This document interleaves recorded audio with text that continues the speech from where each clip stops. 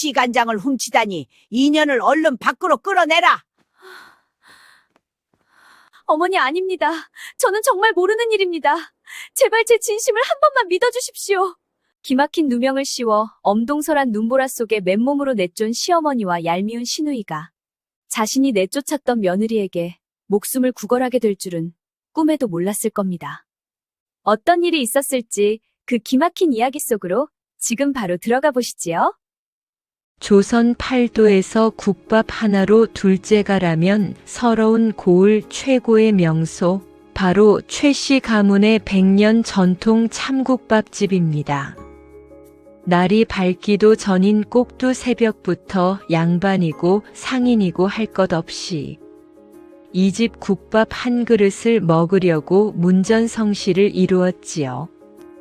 커다란 가마솥에서 펄펄 끓어오르는 뽀얀 고기 육수도 일품이었지만 입맛 까다로운 식객들의 혼을 쏙 빼놓는 진짜 비결은 따로 있었습니다. 바로 대대로 이 집안 안주인에게만 은밀하게 전해 내려온다는 검고 진한 100년 묵은 시간장이었습니다. 뚝배기에 국밥이 바글바글 끓을 때 그 귀한 시간장을 딱 한 숟갈 풀어 넣으면 죽은 사람도 벌떡 일어난다는 기가 막힌 감칠맛이 폭발했기 때문입니다.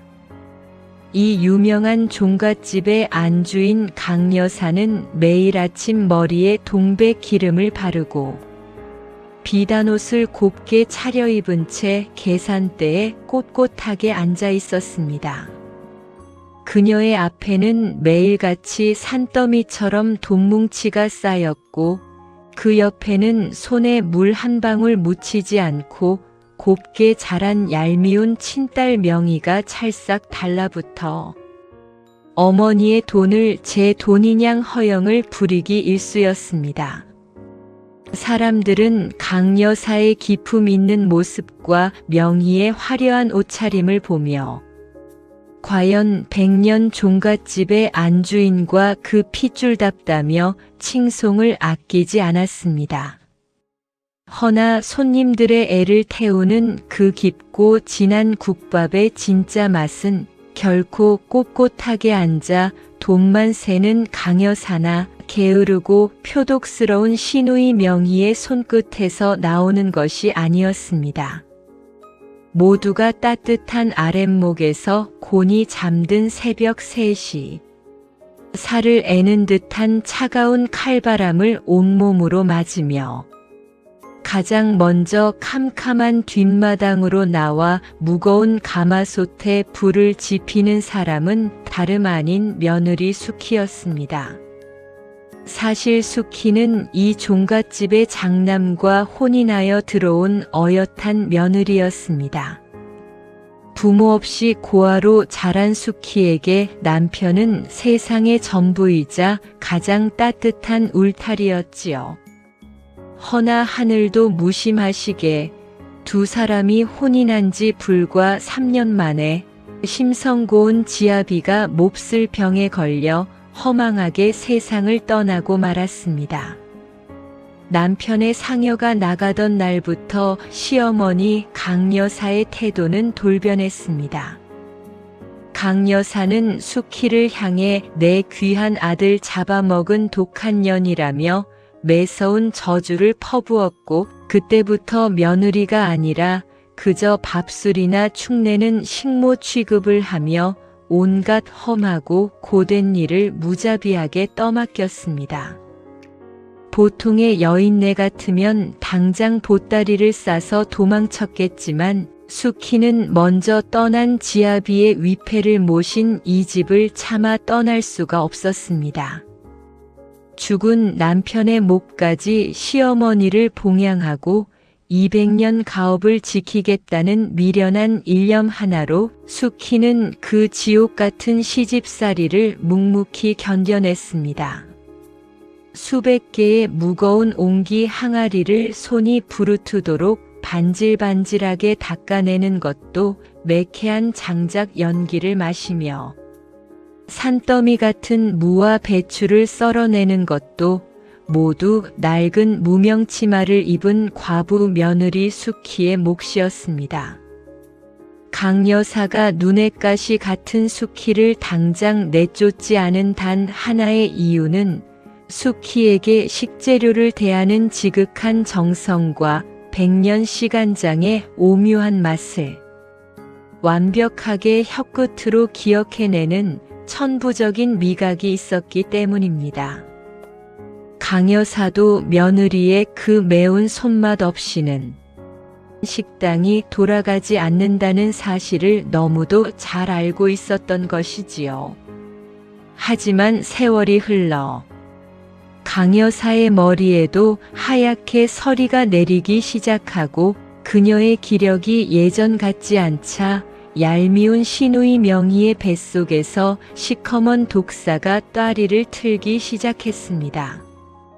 명희는 날이 갈수록 식당 일을 도맡아 하며 손님들에게 진짜 안주인 대접을 받아가는 수키가 눈꼴이 시려 견딜 수가 없었습니다. 명희는 어느 날 밤 강 여사의 방으로 몰래 기어들어가 뱀처럼 교활한 목소리로 속삭였습니다. 어머니, 오라버니도 죽고 없는 마당에 저 과부 새언니를 언제까지 이 집에 두실 참이세요. 나중에 어머니 돌아가시면 저 황금알을 낳는 식당과 이 거대한 기와집이 다 저 천거 출신 새언니 차지가 되는 꼴을 보시렵니까? 저는 억울해서 못 살아요. 어머니의 진짜 피가 섞인 핏줄은 이제 이 세상에 저 하나뿐이잖아요. 친딸 명희의 시커먼 속삭임에 돈에 눈이 먼 강여사 역시 무릎을 탁 쳤습니다. 그렇고 말고 뼈대 있는 우리 100년 가업과 이 어마어마한 재산을 남편도 없이 들어앉은 과부 며느리에게 몽땅 넘겨줄 수는 없는 노릇이지. 이 식당의 명의는 당연히 내 배 아파 낳은 귀한 친딸인 내 앞으로 돌려놓을 것이다. 하지만 두 모녀 앞에는 큰 골칫거리가 하나 있었습니다. 비록 과부라 할지라도 지난 10년간 뼈 빠지게 일하며 죽은 아들의 자리를 지켜온 며느리를 아무런 잘못도 없이 하루아침에 빈손으로 쫓아낸다면 매일 국밥을 먹으러 오는 고을 사람들의 흉흉한 손가락질과 관아의 책망을 피할 수 없을 터였습니다. 탐욕의 이성이 마비된 모녀는 머리를 맞대고 가여운 며느리의 숨통을 한 번에 끊어놓을 참으로 악독하고 끔찍한 사냥에 덫을 놓기 시작했습니다. 눈보라가 유난히도 매섭게 몰아치고 귓불이 떨어져 나갈 듯 추웠던 한겨울의 어느 날 아침. 평소처럼 새벽 일찍 가마솥을 닫고 육수를 우리던 수키의 귓가에 안채에서 들려오는 강여사의 벼락 같은 비명소리가 비수처럼 꽂혔습니다. 아이고 이를 어째. 도둑이야, 쥐새끼 같은 도둑이 들었어. 놀란 수키가 손에 묻은 기름기를 대충 앞치마에 닦아내고 허겁지겁 안채로 달려가 보니 가장 귀한 장독대가 모여있는 굳게 닫혔어야 할 비밀곳간 문이 활짝 열려 있었습니다. 그리고 강여사는 바닥에 철퍼덕 주저앉아 땅을 치며 거짓 통곡을 하고 있었습니다. 어머니, 이게 무슨 일이십니까? 밤새 짐승이라도 든 것입니까? 수키가 놀라 부축하려 다가가자 강 여사는 매섭게 수키의 손을 뿌리치며 악을 썼습니다. 4시간장. 우리 종갓집의 목숨줄이자 내 죽은 남편의 혼이 담긴 100년 묵은 시간장 단지 하나가 감쪽같이 사라졌어. 어제 저녁까지만 해도 분명히 내가 이 두 눈으로 확인을 하고 자물쇠를 채웠는데 귀신이 곡할 노릇이 아니냐. 그때 등 뒤에 숨어있던 시누이 명희가 기다렸다는 듯 눈을 시퍼렇게 번뜩이며 나섰습니다. 어머니, 캄캄한 밤에 담을 넘은 외부 도둑이 들어왔다면 비싼 금은 보화나 비단을 훔쳐가지 퀴퀴한 냄새가 나는 시커먼 간장 단지를 훔쳐가겠어요. 이건 분명 우리 집안 사정을 누구보다 잘 알고 저 시간장이 금보다 귀하다는 가치를 아는 내부 소행이 틀림없어요. 명희의 서늘한 시선은 낡은 속옷을 입고 추위에 덜덜 떨고 있는 과부 며느리 수키를 향해 정확히 꽂혀 있었습니다. 수키는 순간 숨이 턱 막히고 억장이 무너져 내리는 듯 했습니다. 아가씨, 그게 무슨 무서운 말씀이세요? 제가 어머니의 목숨 같은 시간장에 손을 대다니요. 지난 10년간 옹기 한 번 깨트린 적 없는 저입니다. 당치도 않습니다. 하지만 강 여사와 명희는 이미 사냥감을 벼랑 끝으로 몰아넣은 늑대들처럼 수키를 물어뜯기 시작했습니다. 말로만 결백하다 주둥이를 놀리지 말고 당장 내년이 기거하는 그 더러운 방구석을 뒤져보자꾸나. 강 여사의 서슬 퍼런 호통에 건장한 집안 일꾼들이 우르르 몰려가 수키가 자는 비좁고 찬 문간방을 무자비하게 뒤집어 엎기 시작했습니다. 낡은 이불이 마당으로 내동댕이 쳐지고 장롱문이 뜯겨 나갔습니다. 그리고 방구석, 수키의 해진 옷가지가 들어있는 낡은 보따리 속에서 믿을 수 없게도 강 여사가 애타게 찾던 그 시커먼 시간장 단지가 툭 하고 마루 위로 굴러떨어졌습니다. 그것은 전날 밤 명희가 몰래 곱간 열쇠를 훔쳐 시간장을 퍼담은 뒤 만만한 새언니의 방에 숨겨둔 완벽하고도 치밀한 모함이었습니다. 시간장 단지를 본 수키는 그 자리에 털썩 주저앉아 피눈물을 쏟으며 억울함을 호소했습니다. 어머니, 아닙니다. 저는 정말 모르는 일입니다. 하늘에 맹세코 저는 저 단지를 만진 적도 없습니다. 누군가 저를 모함하고 쫓아내려고 제 방에 몰래 숨겨둔 것입니다. 어머니, 불쌍하게 일찍 죽은 그 일을 봐서라도 제발 제 진심을 한 번만 믿어주십시오.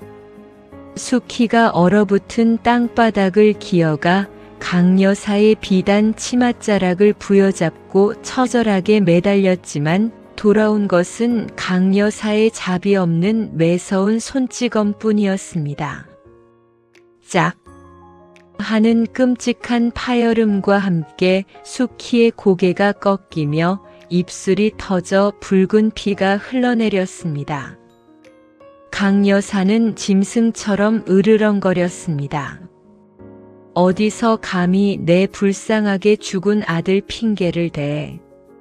서방 잡아먹은 독한 년을 거두어 따뜻한 밥 먹여주고 재워줬더니 이제는 집안의 100년 보물을 훔쳐다 다른 식당에 비싼 값으로 팔아넘기려 들어. 이 요망하고 배은망덕한 도둑년을 당장 눈길에 끌어다 내버려라. 바늘구멍만한 재산도 이년에게는 절대 내어줄 수 없으니 지금 입고 있는 그 누더기 옷 그대로 빈손으로 당장 내쫓아버려라. 한겨울의 잔인한 칼바람이 짐승처럼 몰아치는 종갓집 대문 밖으로 죽은 남편을 그리며 10년을 소처럼 일한 며느리가 비참하게 내동댕이 쳐졌습니다. 신발 한 짝 제대로 챙겨 신지 못하고 차가운 눈밭에 고꾸라진 수키의 등 뒤로 굳게 닫힌 무거운 솥을 때문이 쿵 소리를 내며 영원히 닫혀버렸습니다. 뼈가 시리도록 차가운 눈보라 속에서 피가 나도록 굳게 닫힌 대문을 두드리며 지아비의 이름을 부르짖는 수키의 억울한 피울음만이 텅 빈 거리를 맴돌았습니다. 알짜배기 식당을 마침내 독차지했다며 안채에서 더러운 축배를 드는 얄미운 모녀와 눈밭에 버려져 얼어 죽을 위기에 처한 가여운 며느리, 허나 탐욕에 눈이 멀어버린 시어머니는 미처 알지 못했습니다. 자신들이 오늘 내쫓은 것은 만만한 과부 며느리가 아니라 100년 종갓집의 명주를 쥐고 있던 진짜 위대한 기적의 손맛이었다는 사실을 말입니다. 며느리 수키를 그 매서운 눈보라 속에 매몰차게 내쫓은 다음 날 아침, 고을 사람들은 여느 때처럼 뜨끈하고 깊은 국밥 한 그릇으로 온몸을 녹이려 최씨 참국밥집 앞으로 길게 줄을 서 있었습니다. 하지만 식당 문은 해가 중천에 뜨도록 굳게 닫혀 있었습니다. 평소 같으면 새벽 3시부터 일어나 펄펄 끓는 육수 냄새를 풍기며 손님을 맞았을 시간이었지만 식당의 새 주인이 된 시누이 명희는 따뜻한 비단 이불을 뒤집어 쓴 채 코를 골며 늦잠을 자고 있었기 때문입니다. 해가 중천에 떠서야 부스스 일어난 명희는 밖에서 기다리다 지친 손님들의 원성에도 아랑곳하지 않고 오히려 일꾼들에게 호통을 치며 거드름을 피웠습니다. 내가 이제 이 100년 식당의 진짜 주인이거늘 어디 천것들처럼 꼭두 새벽부터 일어나 아궁이 앞을 지킨단 말이냐. 육수야 대충 고기 몇 덩이 더 넣고 끓이면 그만인 것을. 하지만 국밥의 깊은 맛은 결코 돈으로 살 수 있는 얄팍한 꼼수가 아니었습니다. 명희는 당장 식재료에 들어가는 돈부터 아까워하기 시작했습니다. 매일 아침 최상급의 신선한 뼈와 고기를 들여오던 수키와 달리 명희는 푸죽간을 돌며 반값도 안 되는 오래되고 잡내 가나는 찌꺼기 뼈들을 쓸어왔습니다. 좋은 고기가 무슨 소용이냐. 어차피 우리 집에는 죽은 사람도 벌떡 일어나게 한다는 100년 묵은 시간장이 있지 않으냐. 그 간장만 듬뿍 풀어넣으면 고기 누린내 따위는 감쪽같이 사라질 것이다. 명희는 자신의 얄팍한 계산에 스스로 감탄하며 비열한 웃음을 흘렸습니다. 게다가 100년을 이어온 장독대의 관리마저 엉망이 되기 시작했습니다. 수키는 매일같이 맑은 물로 항아리를 닦고 볕이 좋은 날이면 뚜껑을 열어 장에 맑은 바람을 쐬어주며 자식 돌보듯 장독대를 애지중지했습니다. 하지만 손에 물 한 방울 묻히기 싫어하는 명희는 매서운 겨울 바람 속에 장독대를 그대로 방치했습니다. 결국 살을 애는 추위에 항아리에 쩍쩍 금이 가고 성에가 끼더니 숨을 쉬지 못한 시간장은 서서히 그 맑고 깊은 향기를 잃어간 채 시큼하고 역겨운 냄새를 풍기는 썩은 간장으로 변해가고 있었습니다. 며칠 뒤 소문을 듣고 찾아온 단골 손님이 명희가 내어온 국밥을 한 숟갈 입에 넣는 순간이었습니다. 손님은 얼굴을 잔뜩 찌푸리며 마시던 국물을 그 자리에서 바닥에 뱉어버렸습니다. 퇴퇴. 아니 이게 무슨 맛이오. 깊고 구수한 고기 맛은커녕 역겨운 누린내가 진동하고 간장은 어찌 이리 시큼하고 짜기만 하단 말이오. 백년 종갓집 국밥 맛이 하루아침에 어찌 맹물에 썩은 간장을 푼 구정물로 변해버렸소. 손님의 정당한 호통에 얼굴이 붉어진 명희는 부끄러워하기는커녕 오히려 눈을 부릅뜨고 삿대질을 해댔습니다. 어디서 감히 100년 된 우리 시간장 맛을 모욕하는 것이오. 입맛이 싸구려라 진짜 귀한 장맛을 몰라보는 주제에 당장 내 식당에서 나가시오. 그 끔찍한 국밥 맛과 명희의 표독스러운 행패는 바람을 타고 순식간에 고을 전체로 퍼져나갔습니다. 며느리가 쫓겨나더니 종갓집 국밥이 쓰레기가 되었다. 안주인과 딸년이 돈독이 올라 가짜 고기를 쓴다더라. 소문은 꼬리에 꼬리를 물었고 문전성시를 이루던 100년 전통의 참국밥집은 불과 두어 달도 되지 않아 파리 한 마리 날아들지 않는 흉가처럼 변해버렸습니다. 매일같이 곳간에 쌓이던 돈뭉치는 흔적도 없이 사라졌고 비싼 고깃값 외상과 일꾼들의 밀린 품삯을 내놓으라며 매일같이 빚쟁이들이 대문을 발길질하며 들이닥치기 시작했습니다. 탐욕에 눈이 멀어 집안의 진짜 보물인 며느리를 내쫓은 시어머니와 시누이는 자신들의 어리석음이 불러온 끔찍한 몰락의 늪으로 서서히 그러나 아주 확실하게 가라앉고 있었습니다. 그렇다면 그 모진 눈보라 속에 맨몸으로 쫓겨났던 우리 가여운 과부 며느리 수키는 어찌 되었을까요? 집신조차 신지 못한 맨발로 험한 산길을 헤매던 수키는 살을 파고드는 무서운 추위와 억울함에 사무쳐 결국 깊은 산속 험한 고갯마루에 쓰러져 의식을 잃고 말았습니다. 죽은 지아비의 환영이 아른거리며 이대로 얼어 죽는구나 체념하던 찰나 수키의 코끝에 구수하고 따뜻한 누룽지 냄새가 희미하게 스쳐 지나갔습니다. 수키가 기적처럼 눈을 뜬 곳은 고갯마루 끄트머리에 위태롭게 매달려 있는 다 쓰러져가는 낡은 주막의 따뜻한 아랫목이었습니다.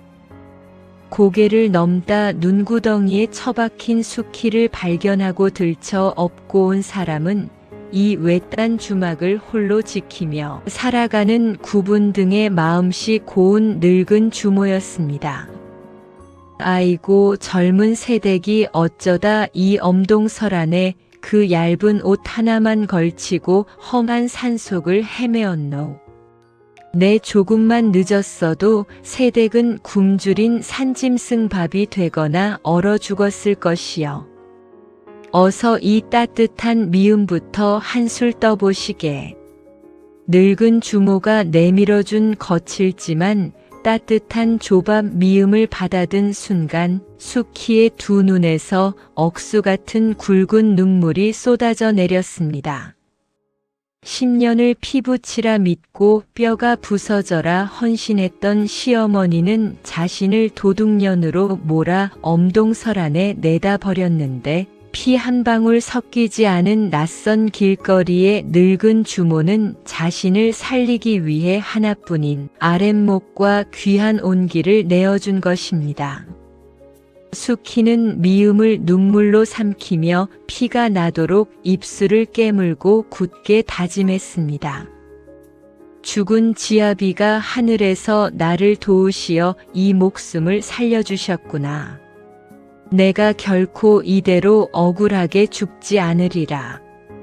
내 피땀으로 일군 장맛을 훔쳐간 그 독한 모녀에게 진짜 솜씨가 무엇인지 기어이 내 두 손으로 똑똑히 보여주리라.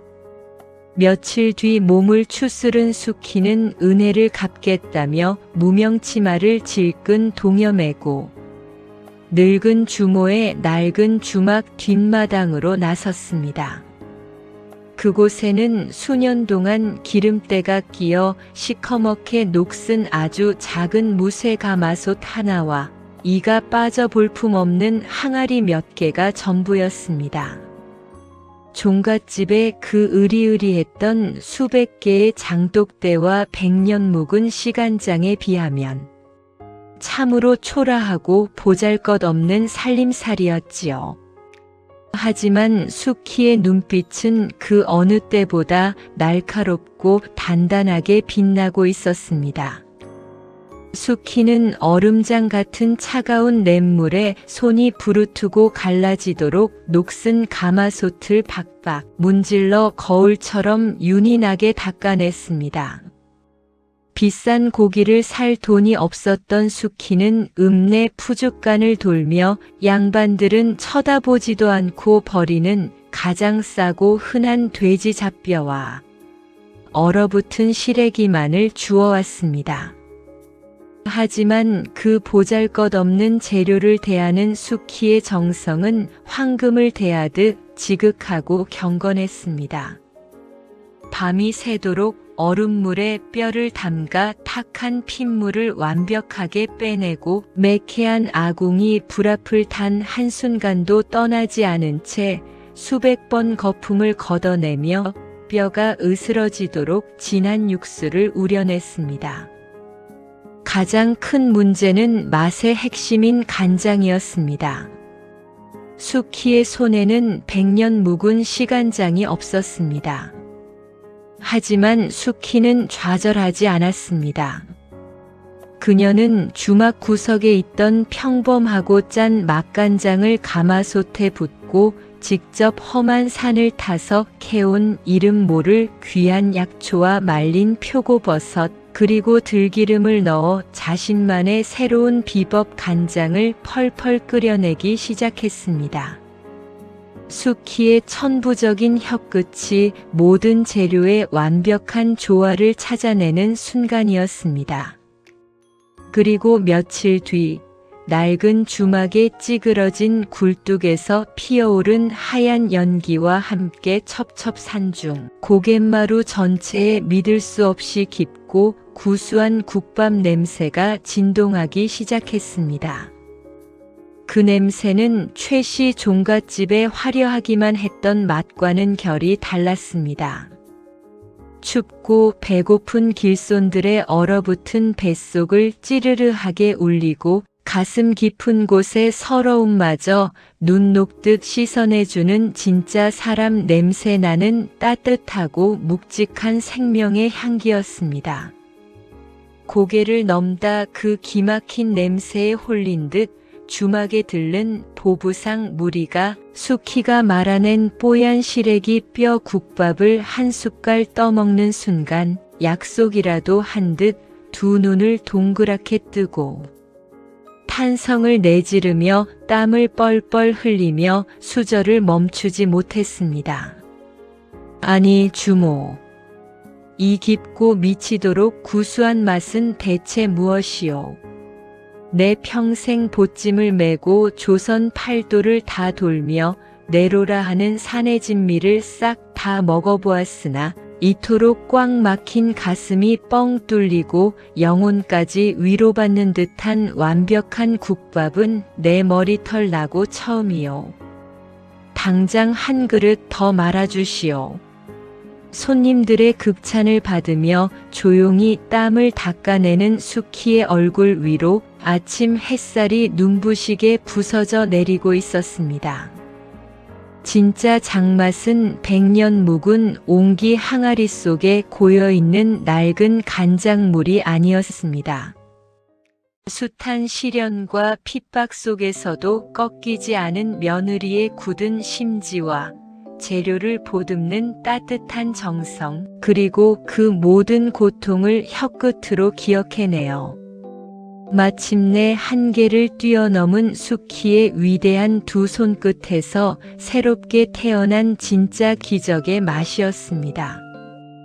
허름한 고갯마루 주막에서 서서히 끓어오르기 시작한 수키의 이 작고 뜨거운 가마솥은 머지않아 오만방자하고 썩어 빠진 최씨 종갓집을 완벽하게 집어삼킬 거대한 태풍의 눈이 되어 맹렬하게 타오를 준비를 마친 것입니다.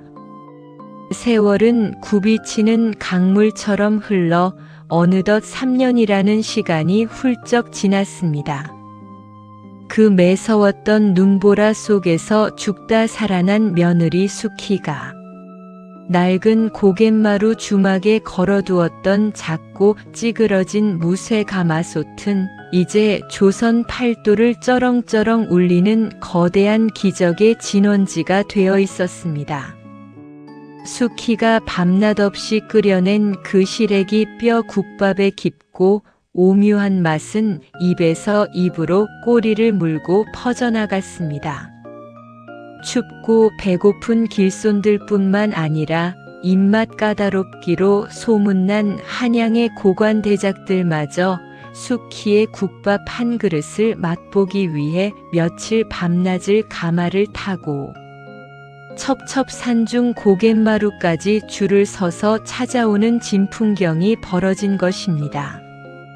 발 디딜 틈 없이 밀려드는 손님들 덕분에 비가 새던 낡은 주막은 어느새 고래등처럼 으리으리하고 거대한 기와집으로 천지개벽을 했습니다. 식당 앞마당에는 수키가 지난 3년간 밤을 새워가며 손수 덮고 끓여낸 새로운 비법 간장이 담긴 윤기나는 장독대 수백 개가 군대의 열병식처럼 끝도 없이 웅장하게 도열해 있었지요. 고아 출신의 과부 며느리라며 식모보다 못한 취급을 받던 수키는 이제 고을 제일 가는 거상이자 수십 명의 일꾼을 호령하는 진짜 대감마님으로 완벽하게 다시 태어났습니다. 허나 수키는 결코 비단옷을 휘감고 거드름을 피우지 않았습니다. 자신이 눈길에 쓰러져 죽어갈 때 늙은 주모가 내어준 조밥 미음 한 그릇의 은혜를 결코 잊지 않았기 때문입니다. 수키는 매일 뒷마당 가장 큰 가마솥에 국밥을 넘치도록 끓여내어 돈이 없어 굶주리는 거린들과 가난한 촌부들에게 돈 한 푼 받지 않고 따뜻한 배를 채워주는 참으로 자애롭고 위대한 안주인이 되어 있었습니다. 반면 수키를 쫓아내고 그 알짜배기 100년 가업을 독차지하며 축배를 들었던 최씨 종갓집의 시어머니 강여사와 시누이 명희의 삶은 어찌 되었을까요? 하늘 높은 줄 모르고 치솟던 그들의 오만방자함은 불과 3년 만에 처참한 지옥의 밑바닥으로 내동댕이 쳐졌습니다. 썩어버린 시간장과 가짜 고기로 끓여낸 맹물 국밥에 손님들은 영원히 발길을 끊었고 매일같이 들이닥치는 빚쟁이들의 행패에 으리으리했던 기와집 대문은 박살이 났습니다. 고기를 대던 푸죽간 주인과 장작을 대던 왈패들은 강 여사의 안방까지 흑발로 쳐들어와 돈이 될 만한 자개장과 비단 이불을 모조리 빼앗아갔습니다. 급기야 관아에서 빚을 갚지 못한 모녀의 재산을 몰수하겠다는 추상 같은 관리가 떨어지던 날 강여사와 명희는 평생을 떵떵거리며 살았던 그 으리으리한 종갓집에서 보찜 하나 제대로 챙기지 못한 채 길바닥으로 쫓겨나는 신세가 되고 말았습니다. 아이고 내 집. 내가 평생을 바쳐 지켜온 내 금쪽 같은 내 집. 강여사가 닫힌 대문을 부여잡고 땅바닥에 구르며 피가 나도록 통곡을 했지만 지나가는 고을 사람들은 모녀를 향해 침을 뱉으며 싸늘한 조소만 보낼 뿐이었습니다. 며느리를 짐승처럼 부려먹다 엄동설안에 내다 버리더니 천벌을 받은 것이라며 누구 하나 이 악독한 모녀에게 동정의 눈길조차 주지 않았습니다. 하루아침에 길거리 거지가 된 모녀의 삶은 처참하기 그지없었습니다. 손에 물 한 방울 묻히지 않고 곱게 자란 명희는 할 줄 아는 일이라곤 아무것도 없었고, 늙고 병든 강 여사는 구걸조차 제대로 하지 못했습니다. 쓰레기 더미를 뒤져 상한 음식 찌꺼기로 간신히 연명하던 두 사람은 화려했던 비단옷이 시커먼 때에 절어 누더기가 되고, 신발은 다 해져 맨발로 진흙탕을 걸어 다녀야 했습니다. 그 지독했던 한겨울, 자신들이 아무런 죄 없는 며느리 수키를 빈손으로 내쫓았던 바로 그 끔찍한 고통을 뼛속 깊이 돌려받고 있었던 것입니다. 사흘 밤낮을 굶어 위장이 뒤틀리는 고통에 쓰러져 가던 어느 날, 흙바닥에 널브러진 명희의 귀에 길을 가던 거린들의 대화가 들려왔습니다. 이보게, 저기 산 너머 고갯마루에 으리으리하게 새로 지은 큰 국밥집이 있다지 않은가. 그 집 안주인이 어찌나 인심이 좋고 보살 같은지 우리 같은 거지들에게도 매일 따끈하고 고기가 듬뿍 든 국밥을 공짜로 퍼준다는구먼. 어서 서둘러 가보세. 공짜 국밥이라는 말에 명희는 번쩍 눈을 떴습니다. 어머니, 일어나 보세요. 저기 산만 넘으면 고기 국밥을 배 터지게 먹을 수 있대요. 여기서 굶어 죽을 바에야 기어서라도 가봅시다. 명희는 다 죽어가는 강여사를 억지로 일으켜 세워 험한 산길을 기어오르기 시작했습니다. 발바닥이 돌부리에 찢겨 피가 나고 숨이 턱 밑까지 차올랐지만 두 사람은 오직 줄인 배를 채우겠다는 짐승 같은 본능 하나로 짐승처럼 네 발로 산등성이를 기어 올랐습니다. 마침내 고갯마루 정상에 다다랐을 때 두 모녀의 눈앞에는 입이 떡 벌어지는 광경이 펼쳐져 있었습니다. 자신들이 빼앗겼던 최씨 종갓집 기와집은 명함도 내밀지 못할 만큼 어마어마한 규모의 대궐 같은 식당마당 한가운데서는 집채만한 가마솥 수십 개에서 뽀얀 고기 육수가 미치도록 구수한 냄새를 뿜어내며 펄펄 끓고 있었습니다. 강여사와 명희는 체면이고 뭐고 다 내팽개친 채 거린들이 모여있는 식당 뒷마당으로 달려가 바닥에 무릎을 꿇고 엎드렸습니다. 국밥을 퍼주던 일꾼이 건네준 거친 사기 그릇에 코를 박고 모녀는 뜨거운 국물에 데이는 줄도 모르고 허겁지겁 국밥을 퍼먹기 시작했습니다. 아이고 맛있다. 이리 깊고 진한 국밥은 내 평생 처음 먹어보는구나. 강 여사는 눈물 콧물을 흘리며 국밥을 단숨에 비워냈습니다.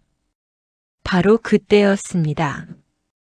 식당 안채 쪽에서 소란스러움을 정리하는 단호하고도 기품 있는 목소리가 들려왔습니다.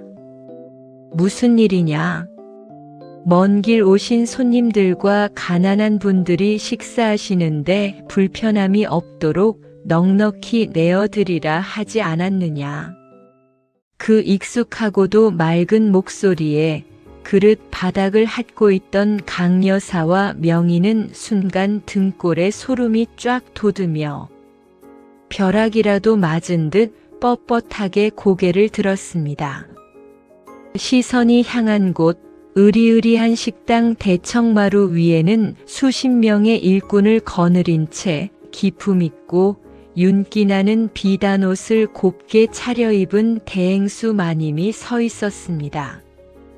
눈부신 아침 햇살을 등지고 선 그 위풍당당하고 거대한 식당의 진짜 주인.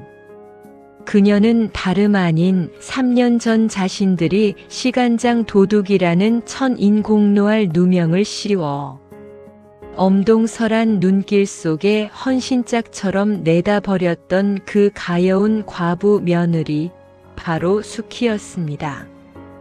손에 든 사기 그릇이 쨍그랑 소리를 내며 바닥에 산산조각이 났습니다. 얼어붙은 듯 입을 떡 벌린 강여사와 명희의 시선이 천천히 대청마루를 내려와 자신들을 향해 흔들림 없는 발걸음으로 다가오는 수키의 차갑고 서늘한 눈빛과 정확히 허공에서 부딪혔습니다. 쨍그랑하고 거친 사기 그릇이 마당 돌바닥에 부딪혀 산산조각이 나는 소리와 함께 칠흑 같은 정막이 식당 뒷마당을 무겁게 짓눌렀습니다. 바닥에 엎드려 허겁지겁 국밥 국물을 핥아 먹던 강여사와 명희는 눈앞에 선 거대한 식당의 안주인이 3년 전 자신들이 짐승처럼 내다버렸던 며느리 수키라는 사실을 깨닫고는 숨조차 제대로 쉬지 못했습니다. 시커먼 때가 꼬질꼬질하게 묻은 얼굴은 공포와 경악으로 하얗게 질려버렸고 사시나무 떨듯 바들바들 떨리는 두 사람의 입술에서는 차마 사람의 말소리조차 새어나오지 못했습니다. 눈부시게 고운 명주 비단옷을 입고 수십 명의 일꾼을 호령하며 대청마루를 내려온 수키는 거지꼴이 되어 흙바닥에 엎드린 시어머니와 시누이를 향해 천천히 발걸음을 옮겼습니다. 3년 전 살을 애는 한겨울 눈보라 속에서 억울하다며 피눈물을 흘리며 매달렸던 가여운 과부 며느리의 모습은 온데간데 없었습니다. 지금 두 사람을 내려다보는 수키의 두 눈빛은 벼랑 끝에 선 호랑이처럼 매섭고 천년을 얼어붙은 빙하처럼 차갑고 서늘하기만 했습니다. 가장 먼저 정신을 차린 것은 눈치와 교활함뿐인 시누이 명희였습니다. 명희는 흙투성이가 된 무릎으로 질질 기어 수키의 비단 치맛자락을 잡으려 손을 뻗으며 애써 비굴한 웃음을 지어 보였습니다. 새언니. 이게 정녕 새언니란 말이오. 아이고 하늘도 무심하시지. 우리가 그동안 새언니를 얼마나 애타게 찾았는지 아오. 그날 밤엔 오해가 있었습니다. 다 우리 집에 들어왔던 진짜 도둑놈들이 꾸민 짓이었는데 우리가 눈이 멀어 새언니를 의심했소. 제발 이 불쌍한 시누이를 용서해 주시오. 명희가 말도 안 되는 거짓말을 늘어놓으며 변명을 늘어놓자 옆에서 넋이 나가 있던 강여사도 그제야 사태를 파악하고 땅바닥에 머리를 찌르며 통곡을 시작했습니다. 며느라기야. 내 귀한 며느리 수키야. 이 어미가 노망이 나서 짐승만도 못한 핏줄에 눈이 멀어 널 몰라보고 몹쓸 짓을 했구나. 내 남편 죽고 너마저 내쫓은 뒤에 내가 매일 밤 가슴을 치며 후회했다. 내가 이렇게 큰 식당을 차리고 조선 제일의 거상이 된 것을 보니 죽은 내 아들이 하늘에서 널 도운 것이 틀림없구나. 며느라기야, 내 시어미가 이렇게 길바닥에 나앉아 굶어 죽게 생겼으니 제발 나를 거두어다오.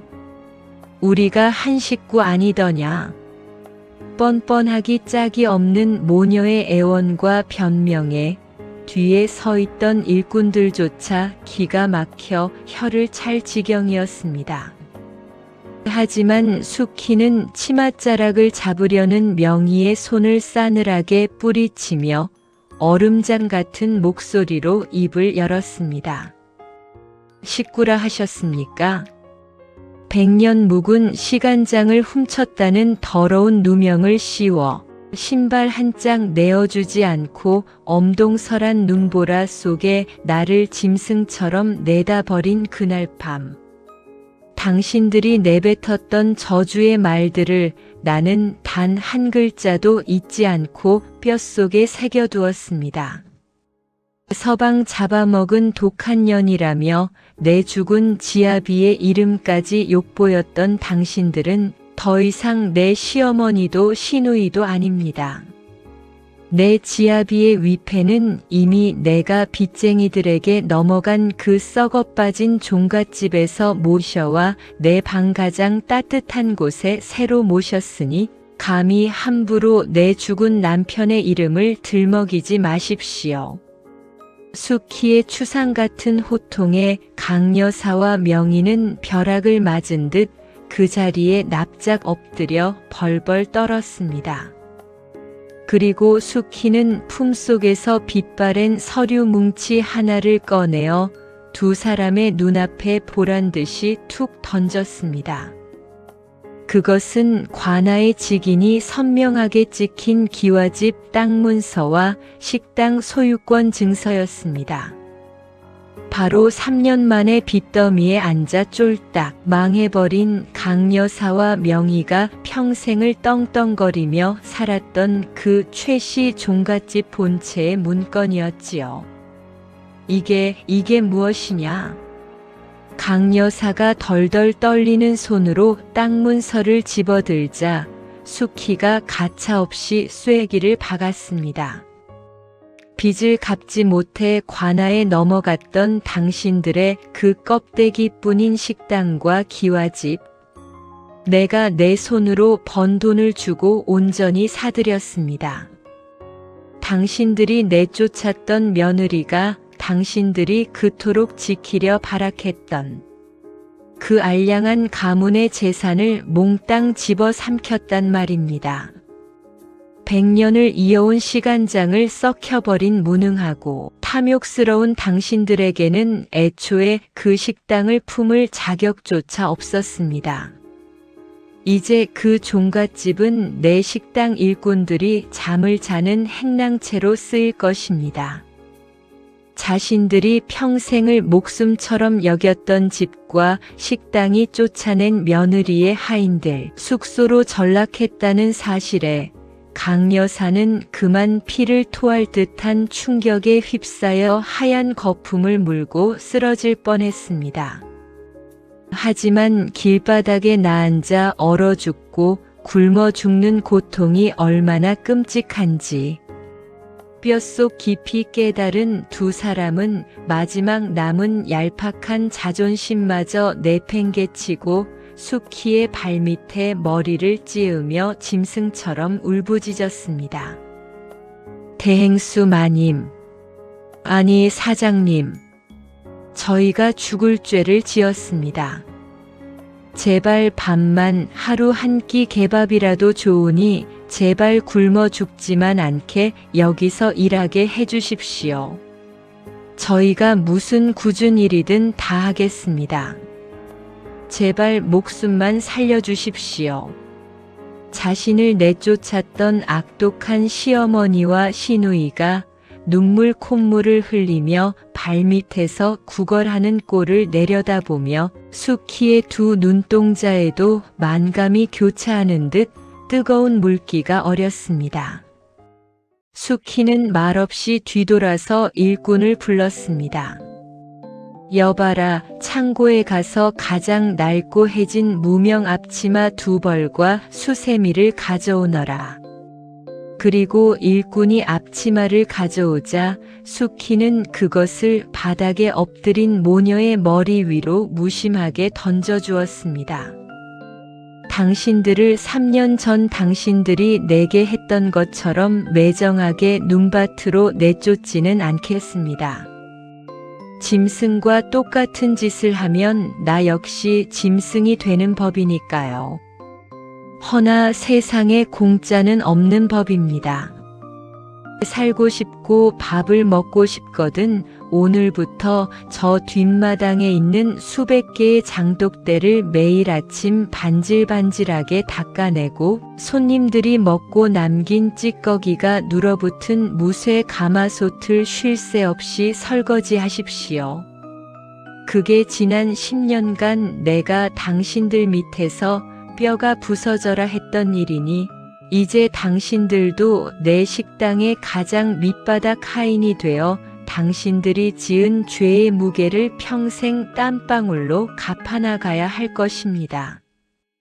요령을 피우거나 항아리에 금이라도 가는 날에는 그날 하루 밥은 국물 한 방울도 없을 줄 아십시오.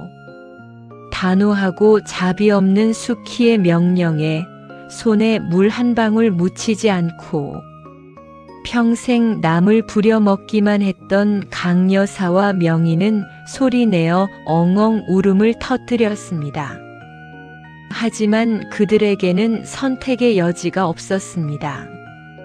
낡은 무명 앞치마를 주워 입은 시어머니와 시누이는 살을 애는 찬물에 손을 담그고 자신들이 평생 짐승 취급했던 며느리의 으리으리한 식당 뒷마당에서 매캐한 연기를 마시며 시커먼 가마솥을 박박 문지르기 시작했습니다.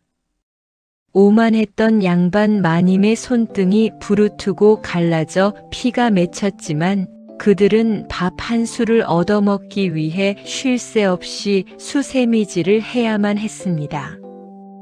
뿌린 대로 거둔다는 인과응보의 무서운 진리가 수키에 펄펄 끓는 가마솥 앞에서 가장 완벽하고 통쾌한 사이다. 참교육으로 완성되는 가슴 후련한 순간이었습니다. 수키가 마당 바닥에 던져준 낡고 해진 무명 앞치마를 주워 입은 강여사와 명희는 그날부터 수키의 거대한 식당 뒷마당에서 가장 천하고 고된 일을 도맡아 하는 밑바닥 하인이 되었습니다.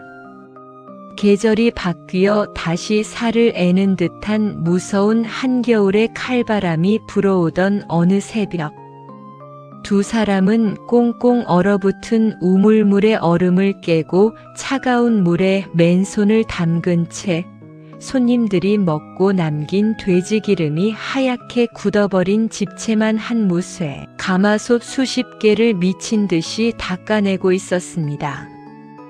비단옷만 입고 평생 손에 물 한 방울 묻히지 않고 곱게 살았던 명희의 하얀 손등은 얼어터져 시뻘건 핏물이 맺혔고 늙은 강여사의 굽은 허리는 당장이라도 끊어질 듯 비명을 질러댔습니다.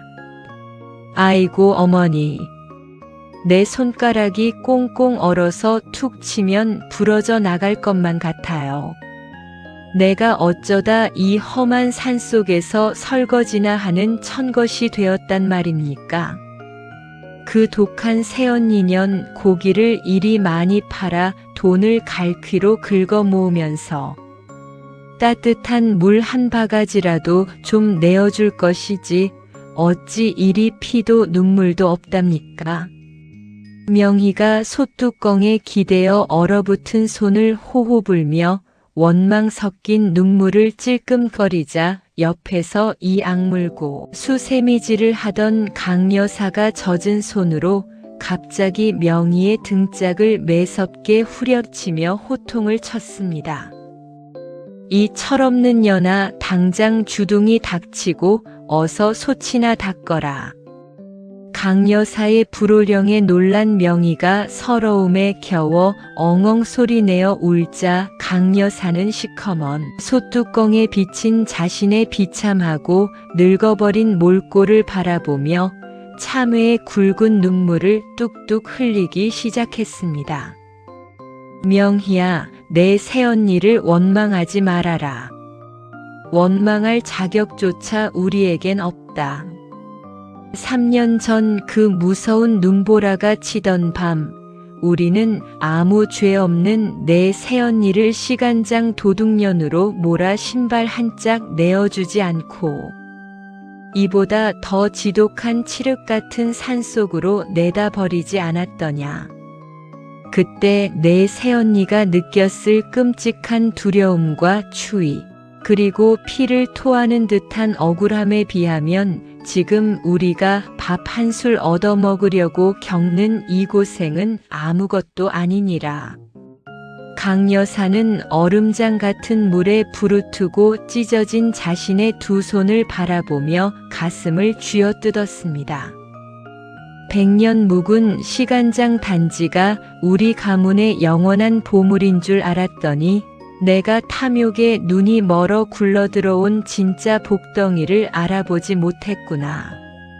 그깟 썩은 간장물이 보물이 아니라 10년을 소처럼 일하며 장독대를 윤희나게 닦고 죽은 남편을 그리며 가마솥을 끓여냈던 내 며느리의 그 지극한 정성과 굳은 심지가 우리 가문을 살리던 진짜 100년의 보물이었어.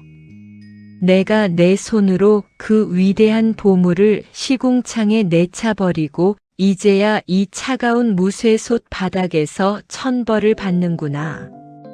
강 여사의 진심 어린 참회의 눈물은 시커먼 구정물 속으로 뚝뚝 떨어져 내리며 지난날에 오만방자했던 끔찍한 죄업을 조금씩 씻어내고 있었습니다.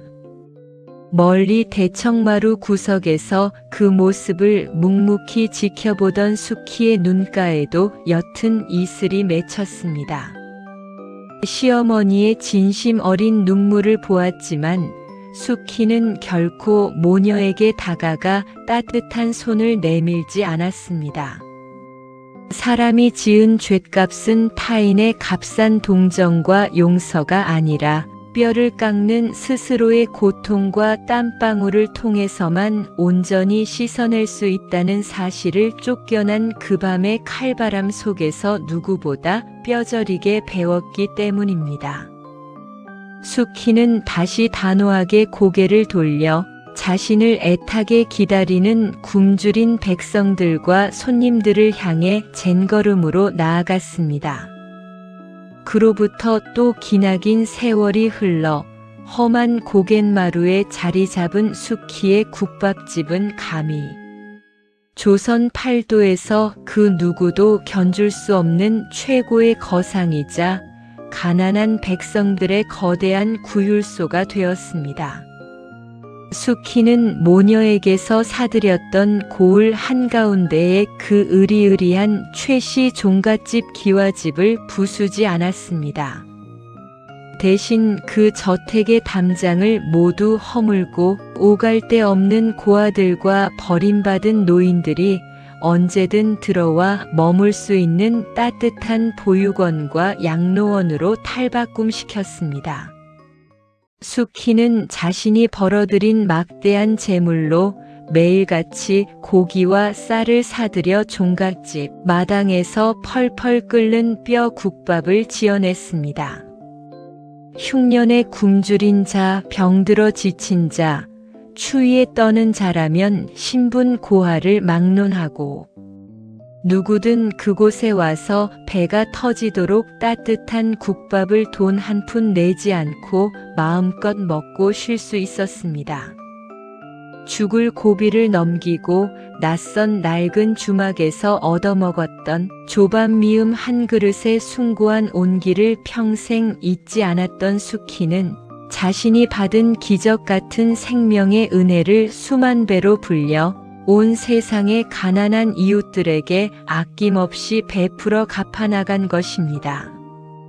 백성들은 과부 며느리에서 조선 최고의 대행수 마님이 된 수키를 살아있는 관세음 보살이라 부르며 그녀가 지나가는 길목마다 엎드려 뜨거운 눈물로 존경과 감사의 절을 올렸습니다.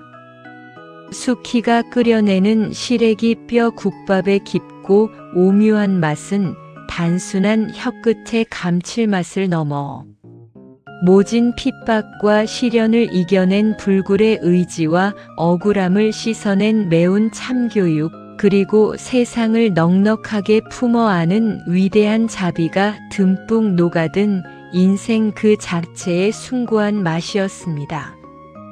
그리고 평생 떵떵거리며 사람을 짐승처럼 부리다 빈털터리가 된 시어머니 강여사와 시누이 명희는 수키의 식당 뒷마당에서 백발이 성성한 꼬부랑 할머니가 될 때까지 단 하루도 도망치지 않고 가마솥을 닦았습니다.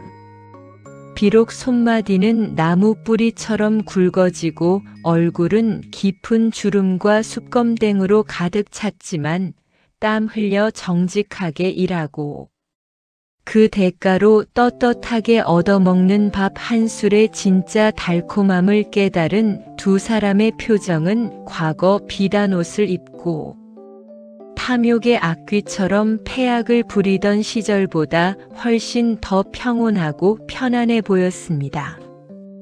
어느 눈 내리는 고요한 겨울밤, 백발이 된 수키는 자신의 널찍하고 따뜻한 안방, 아랫목에 정성스레 모셔둔 지아비의 위패 앞에 조용히 맑은 술 한 잔을 올렸습니다.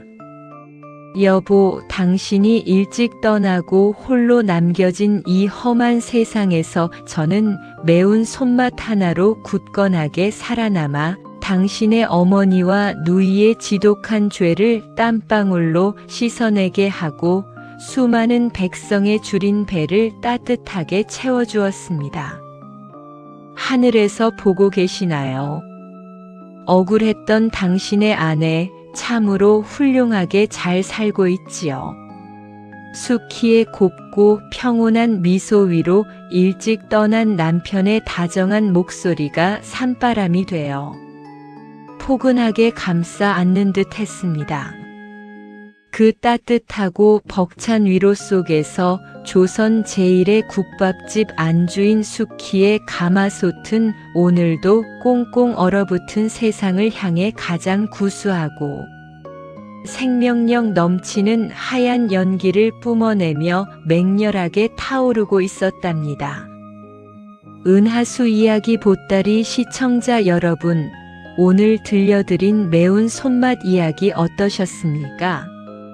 남의 피눈물을 짜내어 세운 탐욕의 탑은 모래성처럼 허망하게 무너져 내리고 지독한 시련 속에서도 묵묵히 자신의 실력을 갈고 닦으며 정성을 다한 가여운 여인은 마침내 거대한 세상을 호령하는 진짜 주인이 되었습니다. 우리가 끓여내는 인생이라는 가마솥에도 때로는 억울함이라는 쓴맛과 시련이라는 매운맛이 원치 않게 들어가기 마련이지요. 하지만 포기하지 않고 굳건한 마음으로 아궁이에 불을 지피다 보면 그 모든 고통이 푹 고아져 마침내 그 누구도 흉내낼 수 없는 나만의 깊고 진한 향기로 피어날 것이라 믿어 의심치 않습니다. 오늘 저녁 모락모락 김이 나는 따끈한 국밥 한 그릇처럼 여러분의 가슴을 든든하고 따뜻하게 덮여드린 통쾌한 이야기가 되셨기를 바랍니다. 오늘의 이야기에 꽉 막힌 체증이 싹 내려가셨다면 잊지 마시고 구독과 좋아요를 꾹 눌러주시고 사이다처럼 톡 쏘는 통쾌한 응원의 댓글도 듬뿍 남겨주시길 부탁드립니다. 시청자 여러분의 따뜻한 관심 한 번이 펄펄 끓는 가마솥의 장작이 되어 저를 더욱 힘나게 한답니다.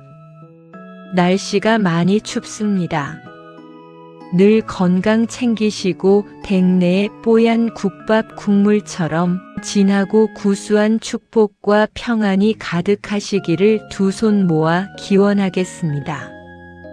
저는 다음 시간에도 울다 웃게 만드는 기막힌 이야기 보따리를 한가득 둘러매고 밝은 얼굴로 다시 찾아오겠습니다. 지금까지 여러분의 다정한 이야기 동무 은하수 이야기 보따리였습니다. 편안하고 따뜻한 밤 보내십시오. 고맙습니다.